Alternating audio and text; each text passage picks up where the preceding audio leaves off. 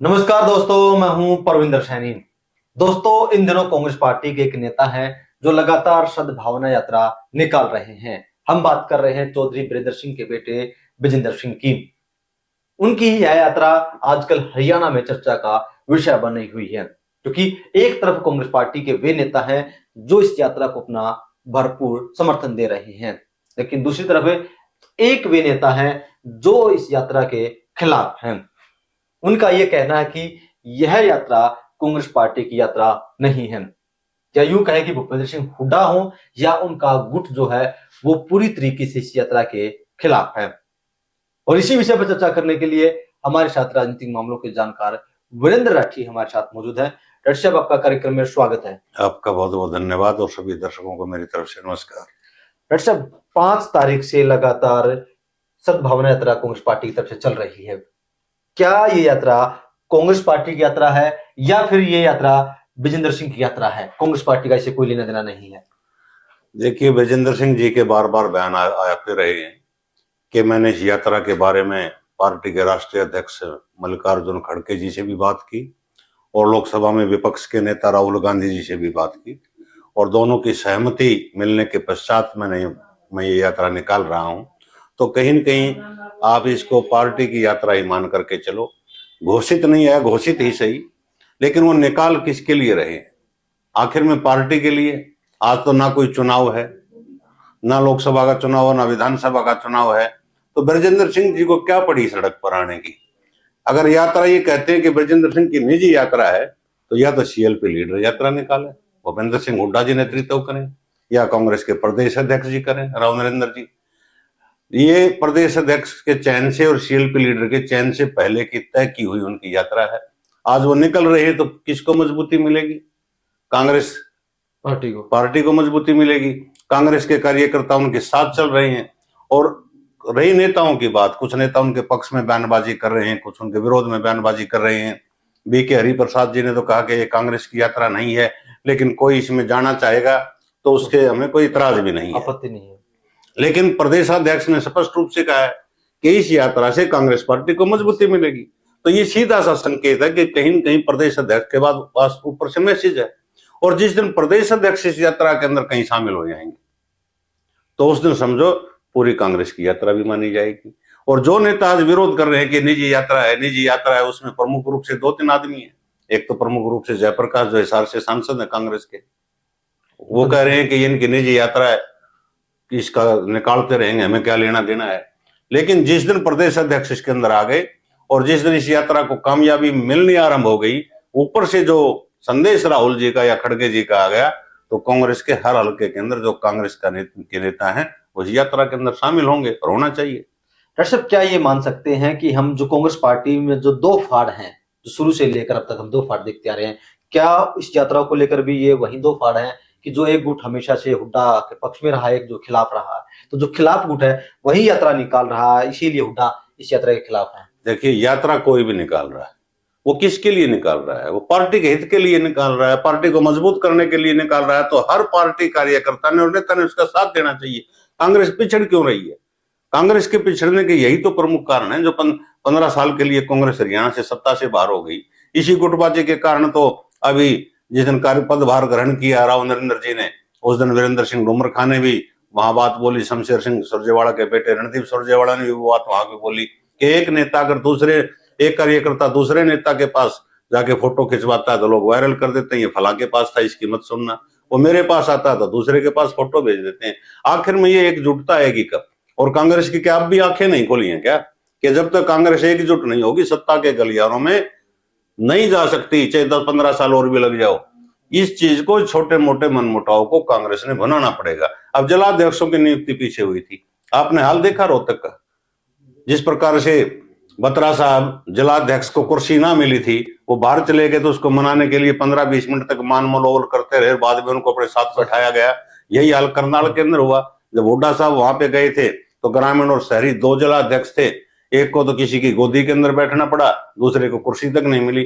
तीसरे प्रधान, हम झज्जर जिले के प्रधान की अगर बात करें, हालांकि बड़े सज्जन आदमी हैं, शरीफ व्यक्ति हैं, 2 कार्यक्रम कर चुके हैं। एक तो ब्लड डोनेशन कैंप उन्होंने लगाया था, एक 2 अक्टूबर को जिला स्तरीय कार्यक्रम उन्होंने किया था। कांग्रेस का 3 विधायक यहाँ मौजूद हैं, चौथा हारा हुआ विधायक है, इनमें से कोई भी वहां मौजूद नहीं था। तो क्या दिखाता है ये?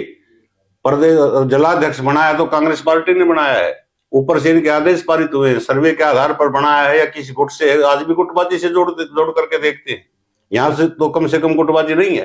झज्जर के अंदर तो टीम भूपेंद्र हुड्डा या टीम दीपेंद्र हुड्डा के सभी कार्यकर्ता हैं।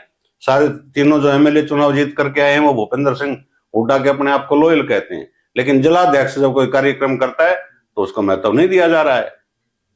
और ये सुर्खियां सोशल मीडिया पे भी 1-2 चैनल पे आज तैर रही हैं कि जिस प्रकार से का व्यवहार कई जिलाध्यक्षों के साथ, कई जिलों के जिलाध्यक्षों के साथ इस प्रकार से कांग्रेस के अंदर हो रहा है, तो कांग्रेस पार्टी इससे सत्ता के गलियारों में नहीं पहुंच पाएगी। इस मनमुटाव को, इस खटास को, इस दूरी को मिटाना होगा, ग्रुपबाजी से बाहर निकलना होगा।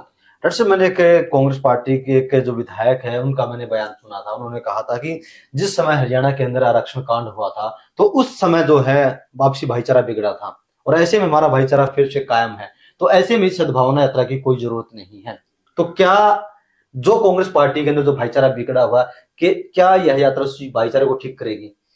देखिए, हर यात्रा का जो मोटो होता है वो राजनीतिक होता है, नाम उसका कुछ भी दे लो।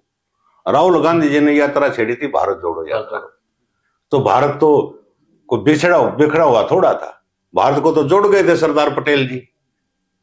जब इतने रियासतों का उन्होंने विलय कर दिया था तो उसका नाम, उसकी क्या जरूरत थी? तो आज सद्भाव का नाम दे दिया, एक अच्छा नाम का चयन करके ब्रजेंद्र सिंह ने इस यात्रा का नाम दे दिया। लेकिन उनका मुख्य उद्देश्य क्या है? मुख्य उद्देश्य यह है कि पार्टी का ग्राफ कैसे बढ़े, कैसे ऊंचा उठे और किस प्रकार से हरियाणा प्रदेश की राजनीति के अंदर जो खोई हुई जमीन कांग्रेस की, उसको किस प्रकार से तलाश करके उसके ऊपर खड़ा हो जाए, अपने पैरों पर खड़ा हो जाए, उसके इसका वो प्रयास है। यात्रा के नाम तो अलग अलग होते हैं लेकिन उद्देश्य राजनीतिक होता है। उनका एक राजनीतिक उद्देश्य मान सकते हैं कि वो विधायक नहीं बने, भाई 32 वोटों से चुनाव हारे हैं, पूरा जीवन उनके पास पड़ा है। उनका खुद का बयान है कि देश की सबसे बड़ी नौकरी पे मैं रह चुका, सीनियर IAS अधिकारी रहे हैं, भाई देश की सबसे बड़ी पंचायत लोकसभा के अंदर का सदस्य मैं रह चुका, तो उसके लिए MLA बनना या MP बनना, MP भी रह चुके हैं, तो कोई बड़ी बात नहीं है।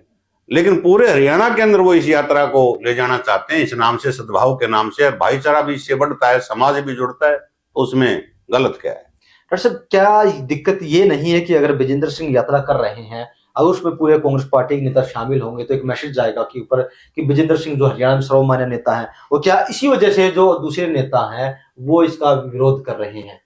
देखिए, ऐसा होता है प्रदेशों के अंदर, कई प्रदेशों के अंदर दूसरे जो नेता थे वो नेतृत्व कर रहे थे और अच्छा नेतृत्व कर रहे थे, लेकिन जब पार्टी सत्ता के गलियारों में कांग्रेस पहुंची तो मुख्यमंत्री वो नहीं बनाए गए। आप उदाहरण देख लीजिए मध्य प्रदेश का, आप उदाहरण देख लीजिए राजस्थान का, और पीछे एक स्टेट के अंदर और चुनाव हुए थे, कर्नाटक या कौन सा प्रदेश था मुझे ध्यान नहीं, वहां भी जिस नेता ने सबसे ज्यादा मेहनत की थी उसको मुख्यमंत्री का पद नहीं मिला था।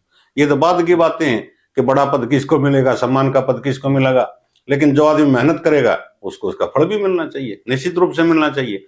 कांग्रेस पार्टी के अंदर जो आदमी आज चले हुए हैं, जिसमें नाम गिनोगे आप, भूपेंद्र सिंह हुड्डा जी उसी श्रेणी में हैं, अनेक पार्टियों के, दूसरी पार्टियों के, या 1-2 नेता ऐसा बचा है जो अपने बेटों को सेट करना चाहते हैं, उनको जमीन चाहिए। लेकिन ब्रजेंद्र सिंह तो ऑलरेडी सेट हो चुके हैं, वो MP रह चुके हैं पिछले प्लान में, उनके पिताजी केंद्र के अंदर रह चुकी हैं, और उनके दादा जब नरवाना हल्का होता था 72 के अंदर, शायद वीरेंद्र नूमर खान के पिताजी ने नरवाना से चुनाव लड़ा था कांग्रेस से, बहुत युवा थे वो, पहला चुनाव वो हार गए थे, लेकिन 77 में परिसीमन हुआ और वो चाणा से उन्होंने लड़ा, रोज देश भर के अंदर विरोध था। देख रहे, क्या आपको लगता है कि यात्रा सफल होगी? आपको लग रहा है कि इस यात्रा के दौरान भी जो कांग्रेस पार्टी में जो इस समय चल रही है खींचतान वहीं चलती रहेगी? कांग्रेस के बाकी जो बड़े नेता हैं या छोटे नेता हैं वो भी इस यात्रा का हिस्सा होंगे, तो यात्रा जरूर कामयाब रहेगी।